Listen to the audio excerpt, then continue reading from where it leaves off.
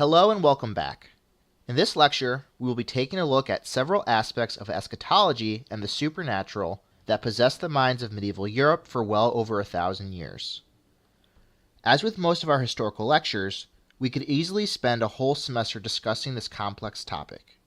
So for this lecture, we will be looking at a sampling of how those living in the medieval period sought to understand and explain beliefs surrounding angels, demons, and witches. I should also mention that it might be helpful if you have already read our two primary source readings for this week before beginning this lecture, those being selections from Dante's Inferno and from the Malleus Maleficarum. Given their supernatural role and their perceived importance for the salvation or damnation of souls, much of what we know about the medieval belief of angels and demons comes from various apocalyptic literature that stretches from the Old Testament through the Renaissance.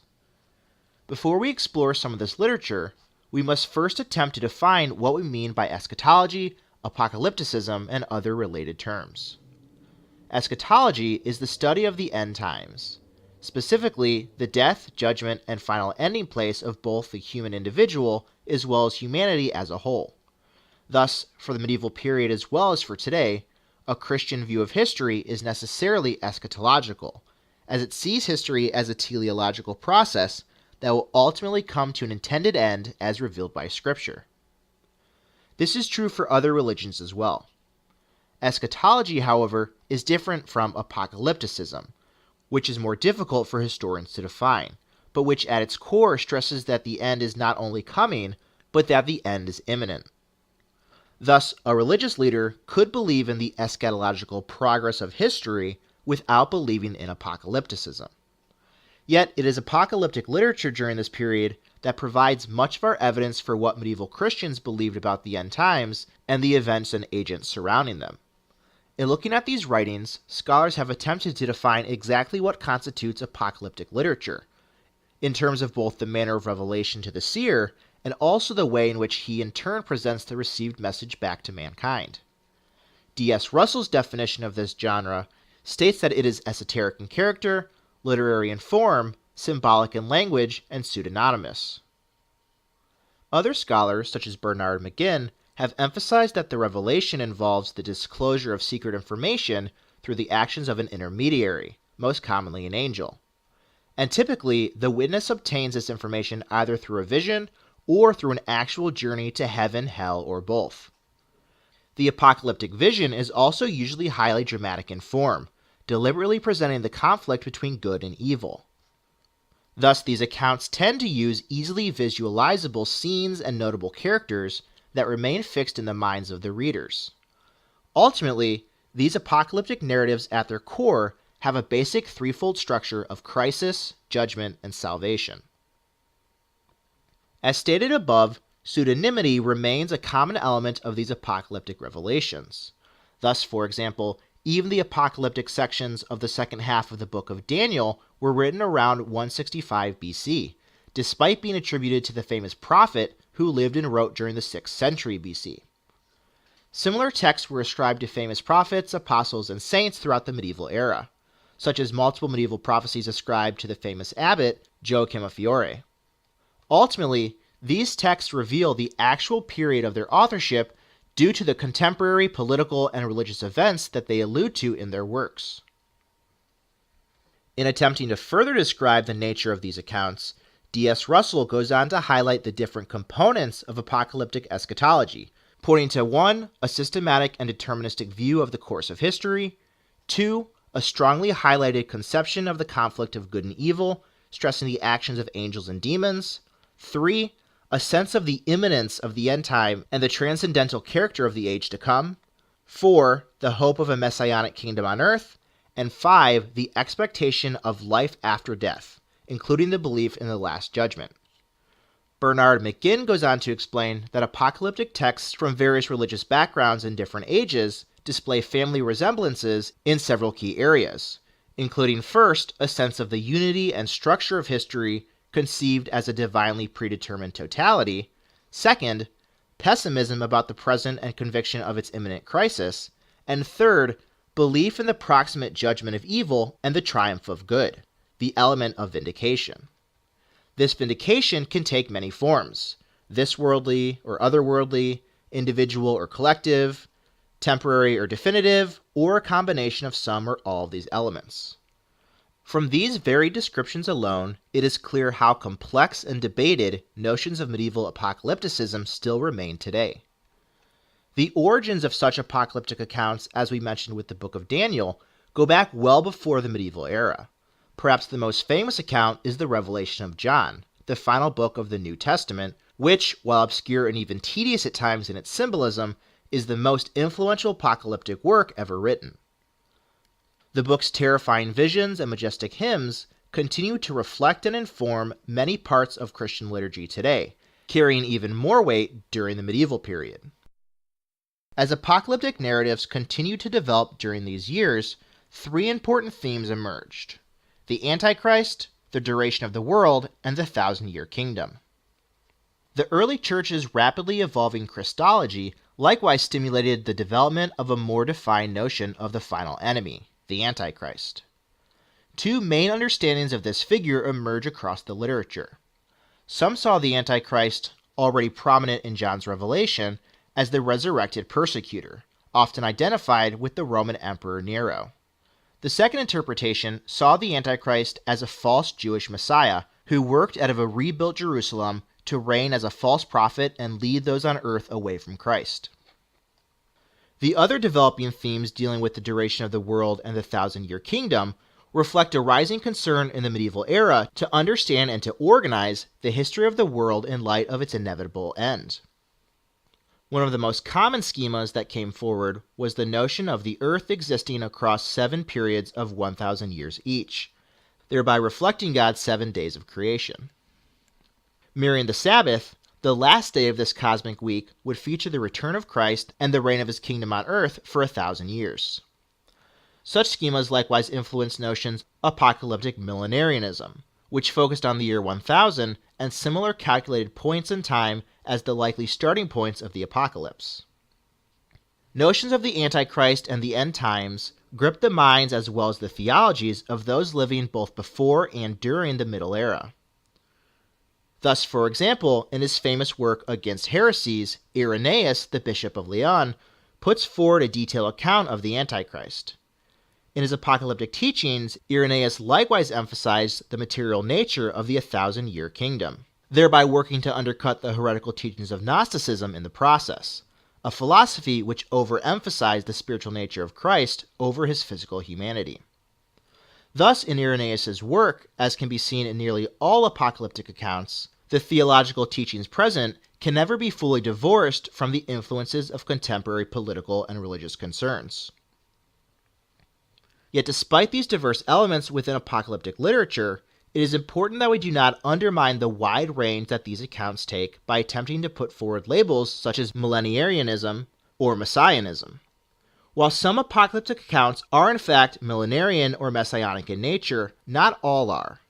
Millenarianism has been described by scholars such as Kahn and Talman as focusing on collective salvation and characterized by grassroots popular revolt movements against the church or other established institutions. Similarly, messianism suggests that apocalyptic accounts were exclusively optimistic and consolatory, developed in response to traumatic events. Thus, scholars point to the fact that there was no noticeable development in apocalyptic literature following the traumatic Black Death of the 1340s. And while the returning of a messianic figure was an essential part of Christian notations of the end of history, it was by no means the only aspect. What is clear about medieval apocalypticism is that it was necessarily intermingled with the political sphere at all times. Thus, most apocalyptic propagandists were not renegade members of the low clergy or isolated monks, but rather well-educated and well-situated intellectuals within the church. And even those who were not, such as Joachim of Fiore, remained considerably political individuals. Thus, despite what some scholars have argued, most apocalyptic accounts were in fact attempting to support the established order rather than undermine it, whether it be the Roman Empire or the High Church.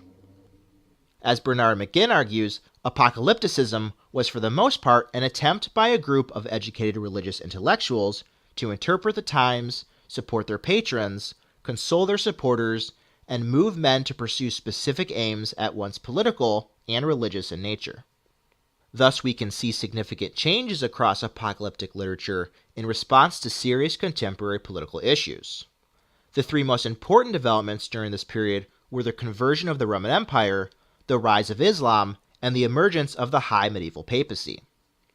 Before Emperor Constantine's conversion to Christianity, there was no thought of a good emperor coming at the end to defeat the enemies of Christ. After Constantine and the rise of imperial theology, however, such themes arose. Notions of the good emperor allowed Christians to find hope in times of imperial crisis, as no matter what situations or individual emperors arose, the end times guaranteed the survival of Rome and of the Christian West. And naming an emperor or a king to in fact be this apocalyptic good emperor was the ultimate form of support. With this movement towards a positive evaluation of the Roman Empire, a parallel shift took place to view Rome's enemies as likewise the enemies of God. Yet for a while there was no foe of the Christian Empire that had the eschatological weight, longevity, and opposition to Christianity needed to be directly identified with the forces of evil. This changed, however, with the rise of Islam. Thus, by identifying the Muslims with the Antichrist and his followers, the church was able to consolidate political and military action against them. In this way, wars and events such as the Crusades were necessarily apocalyptic in nature. With the rise of the high medieval papacy, the notion of the angelic pope likewise entered into apocalyptic literature. Not unlike the good emperor, the angelic pope represented an ensured continuity of the church despite crisis and corruption within the institution itself. Thus, such notions supported the church while at times critiquing the materialism and worldliness of current popes, especially fearful of a papal antichrist. Indeed, such fears, religious as well as political, led to the heavy accusations on both popes and kings during the medieval era. The most famous example being King Frederick II, who was accused of being the Antichrist by both Pope Gregory IX and Pope Innocent IV. Before moving on to talk about medieval notions of angels, let's look at one type of this apocalyptic literature, visions of hell. While the notion of a journey through hell, purgatory, and/or heaven was made most famous by Dante's Divine Comedy, completed in 1320, Dante's work is ultimately at the end of a long line of similar Christian apocalyptic visions, again dating back to the revelation of John. Thus, many of the elements and characteristics of Dante's famous account on his journey through the 9 circles of hell were influenced from these earlier accounts. Generally, these visitations to hell have more or less common features, described most clearly by the historian Eileen Gardner. While there is some difference in terms of how the visionary comes to hell, in most of these accounts the soul leaves the body and the visionary appears to be dead. But because he also appears to be not quite fully dead, a slight breath or a little body warmth might remain, his friends and family do not bury him immediately. He usually lies as if dead for 3 days while his soul journeys through heaven and hell. The soul is usually accompanied by a guide. This might be the guardian angel who was responsible for the soul on earth, or it might be a saint who either was a family patron or who had some other special interest in the soul. In Dante's Inferno, Dante's guide is famously the Roman poet Virgil. The guide is responsible for enlightening the soul about the meaning of the places he sees, and indeed the meaning of the journey itself. The guide also serves as a protector. He either prevents the soul from being hurt by the demons encountered in hell, or he heals the soul after he is wounded. The guide also acts as a charm against the demons, or he might even carry a literal charm, such as a ball of light carried by the angelic guide in Charles the Fat's vision.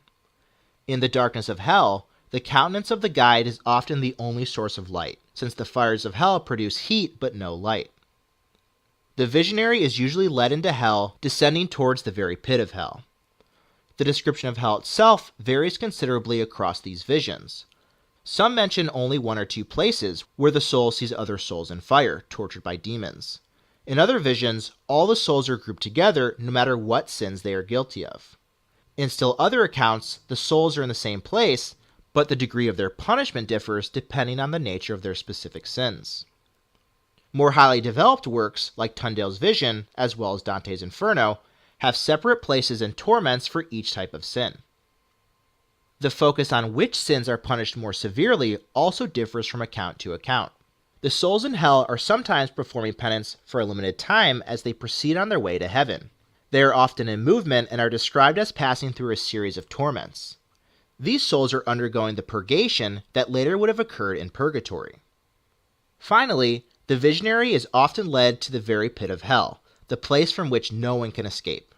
Here, with Lucifer or Satan, the souls will suffer for eternity. The mouth of hell, which is often used in Last Judgment scenes in medieval art and sculpture, is usually described in gruesome detail. The punishment in hell almost universally involves fire. Often cold is added, and souls are tossed back and forth from one to another.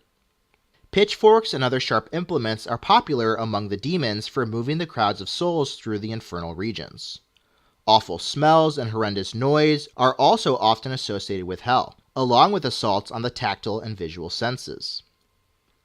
The images invoked for the descriptions of hell are often related to the masculine images of work provided by the nascent industrial economy.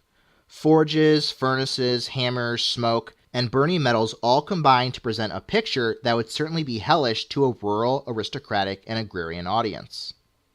The demons usually inflict torments from the outside, but there are also vipers in many of the visions that infest the bodies of the souls and torture them by consuming their bones and flesh from the inside out. In fact, the portrayal of such internal infestation in Tundale's vision served as the inspiration for the movie Alien. Upon ultimately returning to Earth, the visionary is meant to tell others about his vision, and his own life usually undergoes a profound change.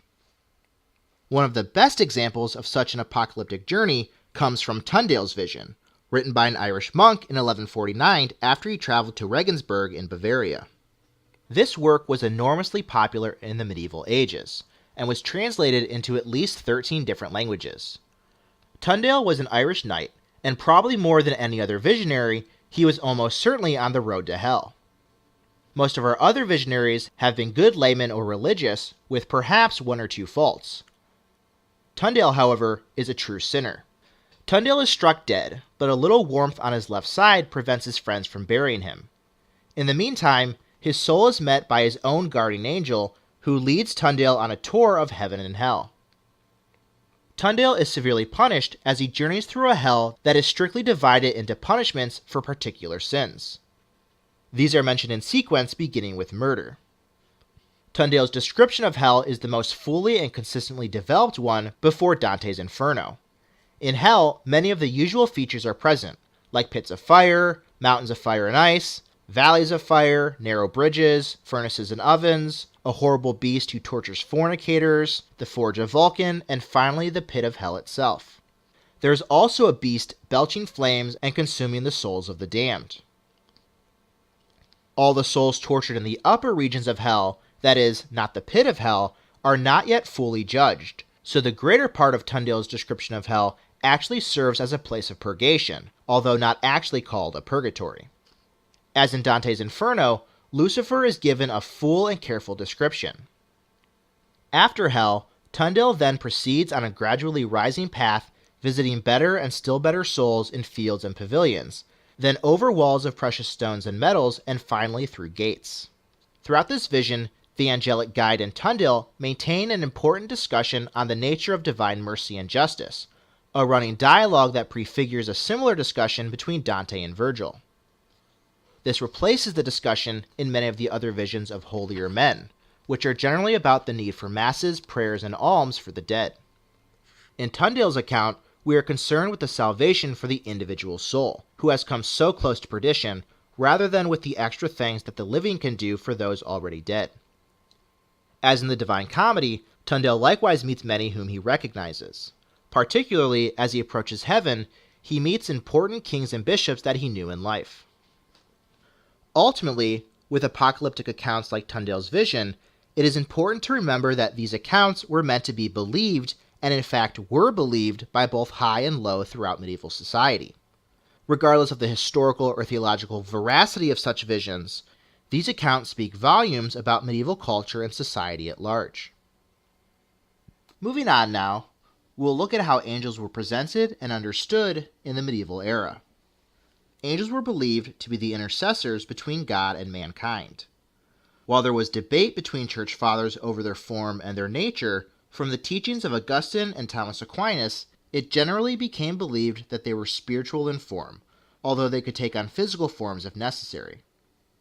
While much of the belief of angels stems from the Old and New Testament, the Church struggled to answer questions about angels that went beyond Scripture. As such, questions concerning angels were often tied up with the most fundamental issues of early and medieval Christianity, including questions about the divinity of Christ and the nature of the Trinity. Thus, during the Fourth Lateran Council of 1215, the Church declared that angels were created beings just as humanity had been created, a teaching that was reaffirmed during the First Vatican Council in 1869. Throughout the medieval period, such angelic questions remained a central focus of church teaching and debate. In the 12th century, Peter Lombard outlined a number of angelological topics, including where the angels were created, the fall and conformation of the angels, the location and powers of the fallen angels, and the angelic hierarchy. Thomas Aquinas likewise wrote a treatise on angels in the 13th century in his De Substantiis Separatus. Ultimately, those in medieval Europe believed that angels continued to work outside of Scripture and in their daily lives in a number of ways. Bonaventure and many other medieval saints claimed to see angels. Likewise, St. Francis of Assisi's experience with an angel was important to the foundation of the Franciscan order. While angels could take on many roles, as we will see shortly, many church leaders became obsessed with categorizing these entities in a variety of ways. Thus, beginning in the 4th century, a number of theological schema were put forward that attempted to organize these angels into different categories. While there was initially wide variance in these schemas, most of the medieval schemas were guided at least in part by the system of the 9 choirs of angels put forward in the 5th century by Pseudo-Dionysius. This schema divided the angels into 9 different choirs, seraphim, cherubim, and thrones occupying the first angelic sphere, dominions, virtues, and powers occupying the second, and principalities, archangels, and angels occupying the third sphere. This schema, ultimately adopted by St. Thomas Aquinas as well as Dante, sought to determine the hierarchy of angels and their place in heaven. Again, these various choirs ultimately found their origin in Old and New Testament. Just as angels represented God's will in the medieval world, the presence of demons represented the powers that meant to oppose God and his church. These demons were primarily considered to be the fallen angels, as described in the book of Revelation, although other entities such as wicked human souls, and Nephilim, the offspring of fallen angels and humans, were sometimes also grouped under the category of demon. By the turn of the millennium, most pagan deities had likewise been labeled as demons and condemned. Like angels, these demons were able to manifest themselves in physical form when they desired. Their main task, serving Satan, was to lead souls away from God's will. This was often done through deception and temptation. Thus the notions of demons appearing as sensual women, succubi, or men, incubi, in order to seduce unsuspecting humans. Likewise, some believed that Satan and the other fallen angels could still appear as the beautiful forms they once possessed, thereby confusing and misleading Christians. Demons would also at times violently attack people with the ultimate hope of weakening their will and possessing them entirely. In medieval accounts, it is often saints and devout religious individuals who are attacked, their ultimate resistance serving as proof of their holiness. One of the most famous examples of this is the 4th century account of St. Anthony being attacked by demons in the desert. And indeed, although an official rite of exorcism wasn't put forward by the Catholic Church until 1615, performing exorcisms was one of the most important and in some ways expected roles of the early Church Fathers, a fact that persisted through the medieval era. Thus, in looking at the lives of the great saints during this period, performing exorcisms and driving back demons, as well as resisting their onslaughts, was a common and highly anticipated occurrence. And in fact, in later exorcisms, certain demons were reportedly vulnerable to the relics and prayers of certain saints. As with the case of the succubi and incubi, demons often represented a certain sexual licentiousness, which likewise reflected the rather taboo approach that the church held towards sex during the medieval period. These notions of lust and fornication were often central to demonic pacts and to the relationship between witches and demons, as we will see. For the same reason, demons and the devil himself were often depicted as naked and as possessing the form of wild beasts, especially goats and other sexually perverse animals. Given their contrast with the holy angels, it is not surprising that demons likewise soon began to be categorized into demonic hierarchies that at times paralleled the 9 choirs of angels. Some of these demons, after all, would have originally been fallen angels themselves. Thus, Thomas Aquinas says that Satan was a cherubim before his fall. Witchcraft litanies likewise address the demon Beelzebub as having been a seraphim and Belial as having been a virtue. John Milton's 17th century Paradise Lost likewise draws parallels, stating that Satan was a seraphim, that Beelzebub and Azazel were cherubim, and that Adramelech and Asmodai were thrones. By the 11th century, various demonic hierarchies were being suggested. These schemas varied in terms of organization, ranging from the sins associated with each demon to the overall form and strength of the demons. For example, Michael Salas's 11th century classification describes demons as either ethereal, aerial, subterranean, heliophobic, equus, or terrestrial. Conversely, the 1409 Liturnae of Light classified major demons by association with the 7 deadly sins. Thus, Lucifer represents pride, Beelzebub envy, Satan wrath, Abaddon sloth, Mammon greed, Belphegor gluttony, and Asmodeus lust. The 14th or 15th century Book of Abram Malin describes Lucifer, Leviathan, Satan, and Belial as the 4 princes of demons, and beneath them, the next level of demons containing Astaroth, Maggot, Asmodee, Beelzebub, Orions, Paimon, Eraton, and Amaimon. Meanwhile, the classification put forth by Alfonso di Spina in 1467 explored the different types of demons, incorporating elements from several folklore. Thus, in addition to demons of destiny and succubi and incubi, Spina also categorizes goblins, familiars, and druids. Demons who tried to convince old women to attend witches' sabbaths were likewise on his list. More on this shortly. The most in-depth demonological classification came from Sebastian Michaelis's 1613 book, Admirable History. In this breakdown, Michaelis describes various named demons and their corresponding place within the 9 choirs of angels before they fell, based on Pseudo-Dionysius' schema. He likewise lists a specific Catholic saint that opposes each demon. In looking at the fallen angels of the first sphere, of the seraphim, cherubim, and thrones, for example, he describes Beelzebub and Leviathan, both seraphim, as the first angels to fall with Lucifer. Beelzebub uses the temptation of pride and is opposed by St. Francis of Assisi, while Leviathan tempts people towards heresy and is opposed by St. Peter. Asmodeus was likewise a seraphim before his fall, now tempting people with self-indulgence and opposed to St. John the Baptist. As we can see, the list of such demons goes on, showing which demons belong to the various choirs of angels before the fall. Thus, in the second sphere, we see Belial as the prince of virtues, opposed by St. Francis, and tempting people to arrogance, vanity, and gossip. Such schemas of demons raise important questions for historians, especially in comparison with earlier and later categorizations. The place and ordering of these demons, as well as the attachment of sins and saints, can shed light onto not only the author's personal understandings and anxieties, but likewise reflect the larger religious, cultural, and political concerns of the time period. You will want to keep these demonic and angelic descriptions as well as their organizational schemas in mind as we look at Diablo 3 in the next lecture. Returning now to apocalyptic literature, what is perhaps even more interesting is the wide variance of roles that we see angels taking in these descriptions of journeys through heaven and hell. Indeed, this is a question that has received little scholarly attention.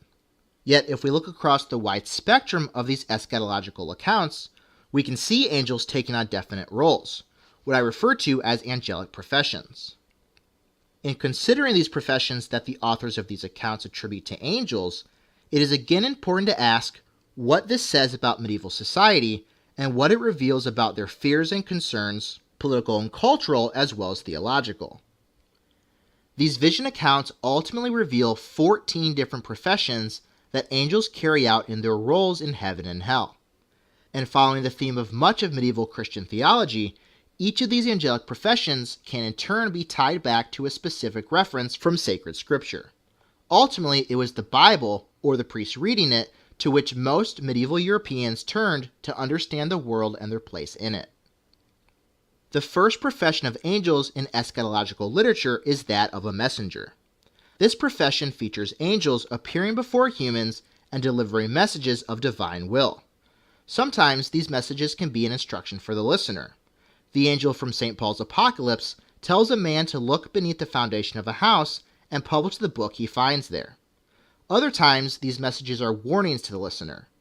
One vision recorded by Gregory the Great between 593 and 594 describes how a monk, Peter of Spain, was about to be thrown into a fire by demons. At the last moment, an angel appears and tells him, "Go back again, and from now on, look carefully after yourself and how you lead your life." A similar account occurs in Charles the Fat's vision, a vision account recorded in the early 12th century. The angel who is with Charles shows him deep, boiling casks in hell and tells him, "These are prepared for you if you do not amend and repent for your atrocious crimes." The second angelic profession is that of a guide. As we mentioned above, these angels often serve as guides for human souls that travel through heaven and hell. St. John Chrysostom, the 4th century archbishop, said, "If we need a guide in passing from one city to another, how much more will the soul need someone to point out the way when she breaks the bonds of flesh and passes on to the future life?" Ultimately, despite the actions this angelic guide might take, he is responsible for enlightening the soul about the meaning of the places he sees, and indeed the meaning of the journey itself.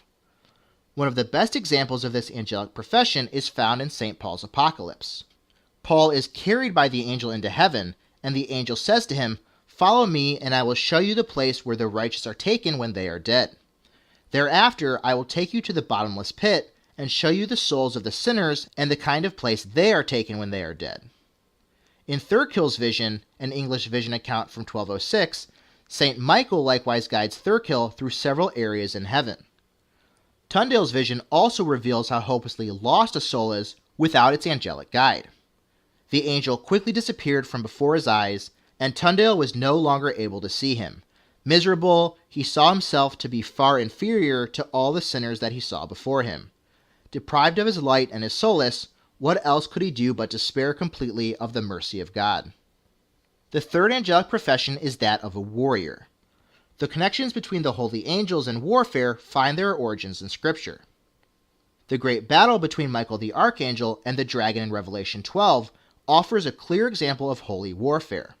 And in fact, it is often Michael who slays the Antichrist in the final days, as described by Adso of Montier's 10th century letter on the destruction of the Antichrist, as well as by the Tiburtine Sibyl.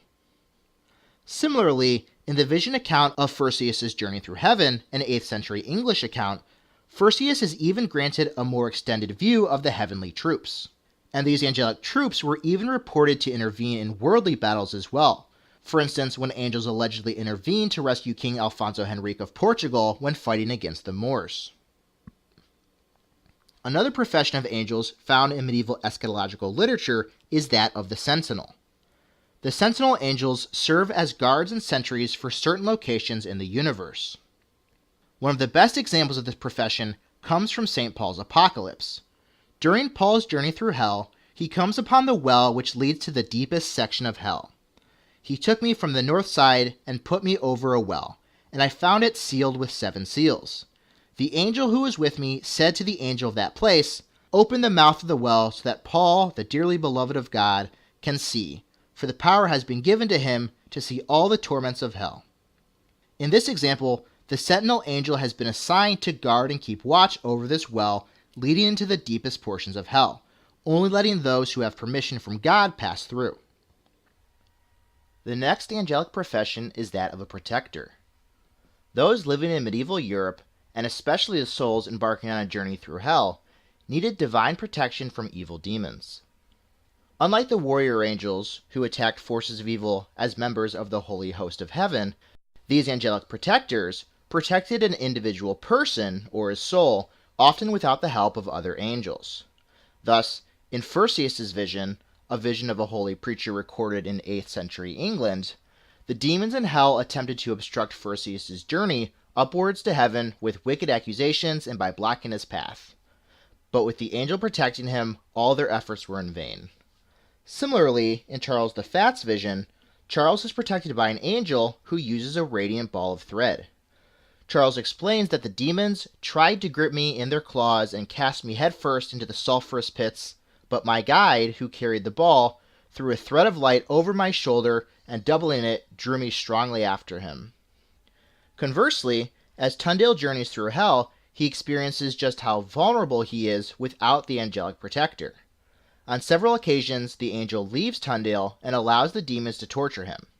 When they stood together before the beast, the angel disappeared and Tundale's miserable soul remained alone. When they saw him forsaken, the devils approached the miserable soul like rabid dogs, and they dragged him with them into the belly of the beast. Whereas demons are unable to attack souls under the care of angelic protectors, without the angels present, the soul is quite susceptible to pain and torture. Just as these angelic protectors are tasked with the physical defense of souls, they are also responsible for the spiritual defense, helping the soul to ward off demonic temptations and sinful desires. At one point in Perseus' vision, the demons do not physically attack Perseus, but rather attempt to discredit him with false accusations. However, the angel protecting Perseus defends him against these accusations and supports the soul. Healing angels compose the 6th angelic profession. Sometimes in eschatological literature, a soul is forced to endure certain tortures and punishments in hell that correspond to the crimes that it has committed on earth. In these instances, the soul endures physical pain and suffering, experiencing a taste of the torments of hell. The angel who is with this soul has a special role, providing physical healing. One of the best examples of an angelic healer is found in Tundale's vision. In this account, after Tundale suffers an especially painful torture, he wants to follow the angel who is leading him, but he was not able to because he was greatly afflicted. However, the angel touches him and heals him, allowing him to continue on. The next profession of angels is that of a comforter. Just as souls and their bodies may need physical healing while traveling through hell, often people are in need of spiritual comfort as well, typically during or after moments of torture. Again, one of the best sources that shows this profession is Tundale's vision. After each of Tundale's torture, the angel not only provides physical healing, but also spiritual comfort. Embracing him in his usual way, he comforted him and proposed to set off on the rest of the journey. The angel later comforts him again, saying, "Be comforted, since the Lord is one who leads towards and away from the depths. Therefore be strong, since although the punishments you have endured up to now are bad, there are greater punishments for which you will be freed, for such was the will of our Redeemer." The 8th angelic profession is that of a personal angel. Much like modern notions of a guardian angel, a personal angel is assigned to an individual soul. This personal angel is largely responsible for one task during the life of the person to whom they are assigned, namely offering good counsel and recording the person's deeds, both virtuous and sinful. In St. Paul's Apocalypse, the writer describes these personal angels. He explains that at sunset, all of these angels report to God the deeds that each of their charges has done throughout the day. Later in Paul's alleged journey through heaven and hell, he also sees these personal angels accompanying the souls they watch over. When they ultimately go together before God, the angel produces a list of the man's sins throughout his life. Another profession of angels witnessed in eschatological literature is that of a judge. Angels are seen playing important roles in the way that individual souls are judged after death. While God or Christ ultimately decides the fate of every human soul, in some accounts angels play a more active role in determining whether a soul is permitted into heaven or cast down into hell. In Thurkill's vision, it is St. Michael along with Peter and Paul who come to assign the places to the souls present. Angelic judges are also seen at the end time. St. Peter's Apocalypse shows the angel Uriel judging all of the souls at the end time by placing these souls into a great river of fire.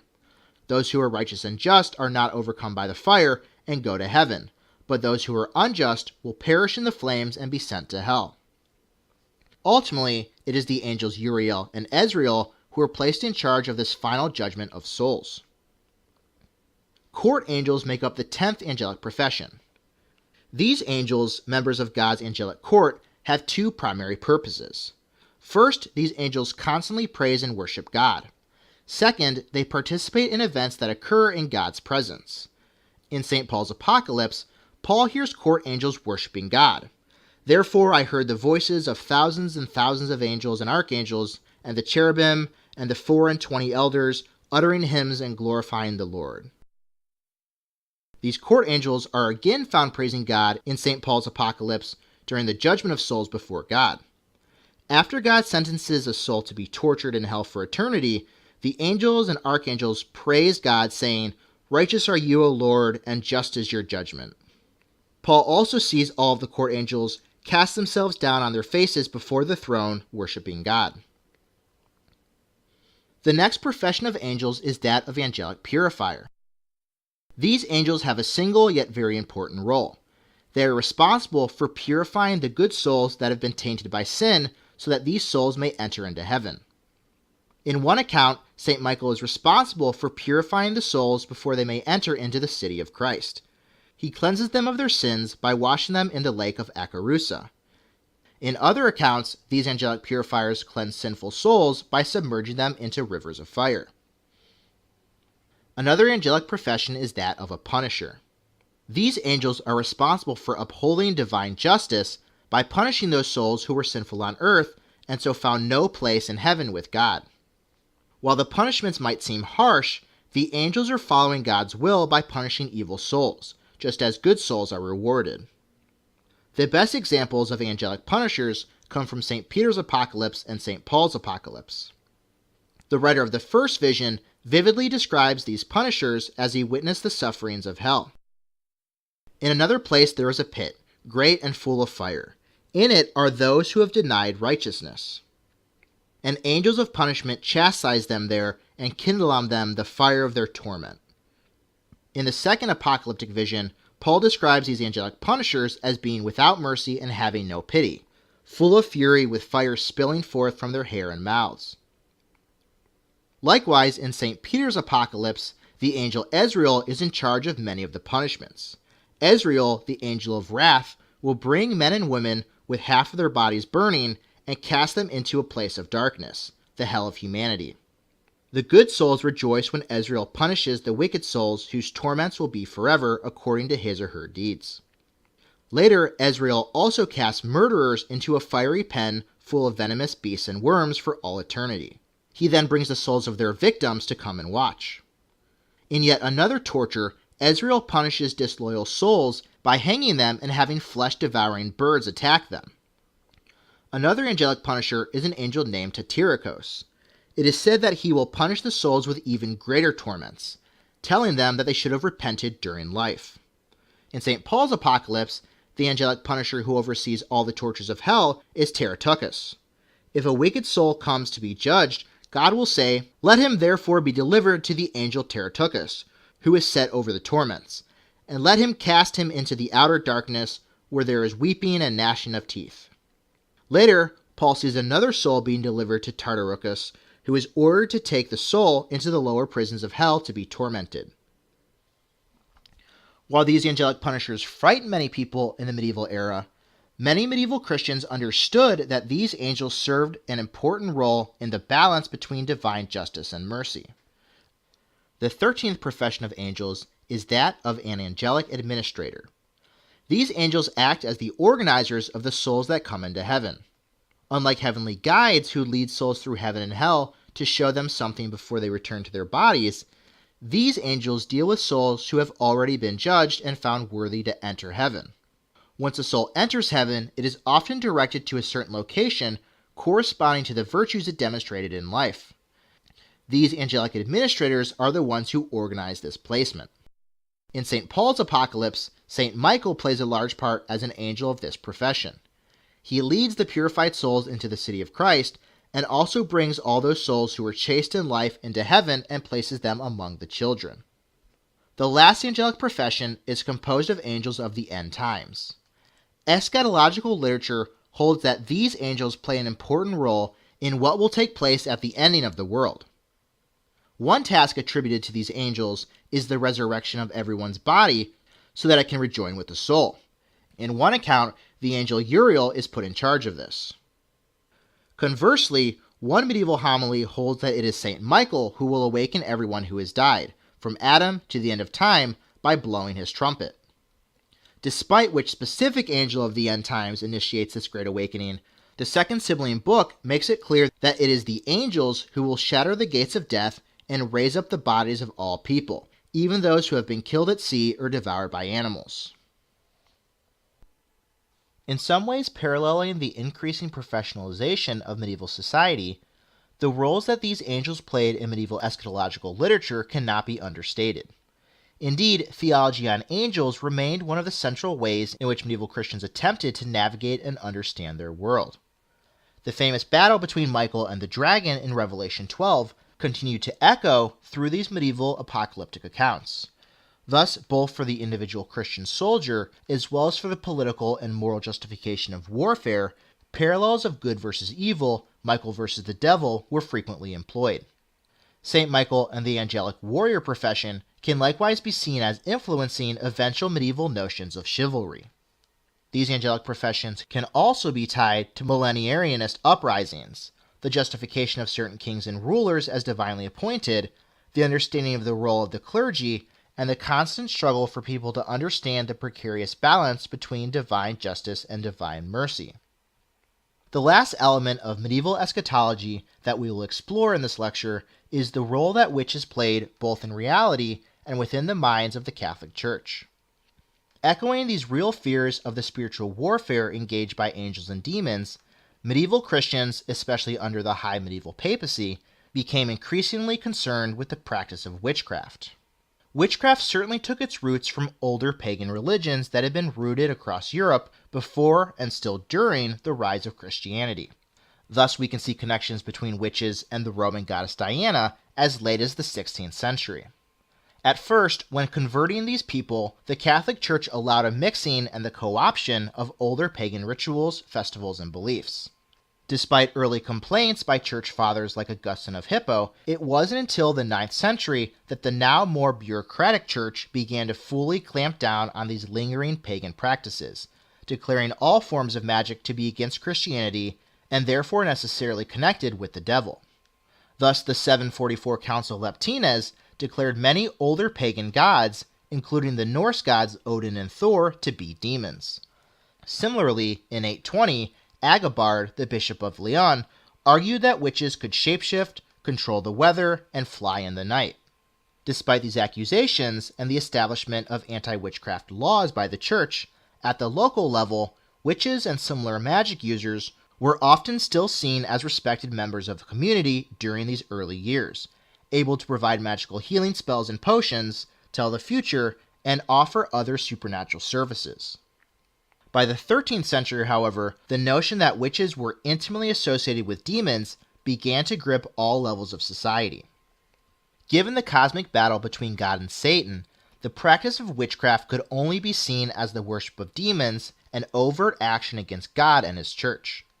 Leading the way in much of this new teaching was St. Thomas Aquinas, who argued that demons were trying to tempt Christians and lead them astray. He likewise began the popular association between sexual activity and witchcraft, a connection reflecting sex's taboo nature in the Christian medieval era. In the 1230s, Pope Gregory IX established the First Inquisition to root out heretics. These inquisitions, most notably under the later Spanish Inquisition of the 15th to 19th century, began to persecute witches around Europe, although the popular widespread witch hunts did not begin en masse until the early modern period. One of the perceived elements of these medieval witches, discussed by church leaders as early as the 10th century, was the concept of the witches' Sabbath. In these supposed meetings, witches would gather to practice their magic and would ultimately resort to dancing, feasting, and rampant sexual intercourse. The attendance of and participation in the witches' Sabbath continued to be a common charge levied against accused witches in the medieval era. Despite their frequent mention, though, historians disagree on whether such gatherings actually took place. Thus, some scholars believe that such accounts of the witches' Sabbath were invented, or at least uncritically taken as truth, by leaders of the church given the widespread fear of the forces of evil and lingering concerns about pagan rituals and unrestrained sexual expression. Similarly, the presence of demonic witches allowed the church to punish a scapegoat for traumatic events such as the Black Death. The descriptions of these corrupt gatherings may also have been embellished by those on trial who, especially under torture, may have wanted to tell the interrogator what he wanted to hear. Thus, in Italy and other places under the jurisdiction of the Roman Inquisition, there appear to be far less cases and belief in the witches' Sabbath, perhaps corresponding with the unwillingness of the papacy to use torture. Anthropologist Carlo Ginzburg points to similar practice by local groups throughout Europe, such as the rituals of the Benandanti in northern Italy, who claimed that they left their bodies at night to fight evil spirits and protect their villages. Whatever the truth, many people at the time believed that the witches' Sabbath was defined by diabolical acts such as the poisoning of wells, the desecration of the Eucharist, and the sacrifice or eating of babies. It was these demonic characteristics that began to define medieval witches as time went on. Perhaps the culmination of the Church's condemnation of witches before the pre-modern era was the publication of the Malleus Maleficarum, a selection of which you read for this week. The Malleus Maleficarum, translated as the Hammer of the Witches, was published by the exiled clergyman Heinrich Kramer in 1487. Despite being condemned by leaders of the Inquisition as condoning practices that were both illegal and unethical, the treatise on witchcraft had profound influence on how Europe, as well as other parts of the world, thought about and handled witches for centuries to come. The manual elevated the punishment for magic to be on par with heresy, meaning witches would now be burned at the stake like other heretics. In order to obtain confessions, the Malleus likewise encouraged both deception and torture by the interrogator, although confessions given under torture had to be confirmed at a later time. Kramer's treatise likewise reinforced notions linking witches to demons and to sexual corruption. Thus, as historian Christopher Mackay argues, the Malleus points to 6 main characteristics that embody witchcraft: entering into a pact with the devil or his demons, sexual relations with demons, the ability to fly, the attendance and participation in an orgy assembly presided over by Satan, the practice of dark magic, and the killing of babies. Witches likewise use sex to prey on unsuspecting men and to have sexual encounters with incubi and succubi, again highlighting the taboo nature that sex had in this period. Thus, throughout the treatise, we see questions such as whether children can be generated by incubi and succubi, by which devils are the operations of incubi and succubi practiced, whether witches can sway the minds of men to love or hatred, whether witches can by some glamour change men into beasts, of the way whereby a formal pact with evil is made, how witches are transported from place to place, and perhaps the most frightening, how, as it were, are witches able to deprive a man of his virile member. The Malleus Maleficarum likewise encouraged a sexist and misogynistic worldview in its description of witches. It is likely that women made up somewhere between 75 to 80% of the witches accused and put on trial during the medieval period. In explaining why women were more likely to be in league with demonic forces, historian Michael Bailey explains that the Malleus argued that women were more susceptible to the devil's influence and temptations due to the weakness of their gender, stemming from their unstable personalities and the fact that women were ultimately believed to be defective both in body and soul. Women were likewise drawn under suspicion of witchcraft due to their roles within the home. Thus, instances such as food poisoning and miscarriage were constantly put into the realm of witchcraft.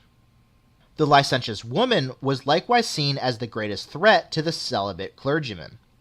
Needless to say, the Malleus Maleficarum got one or two things wrong.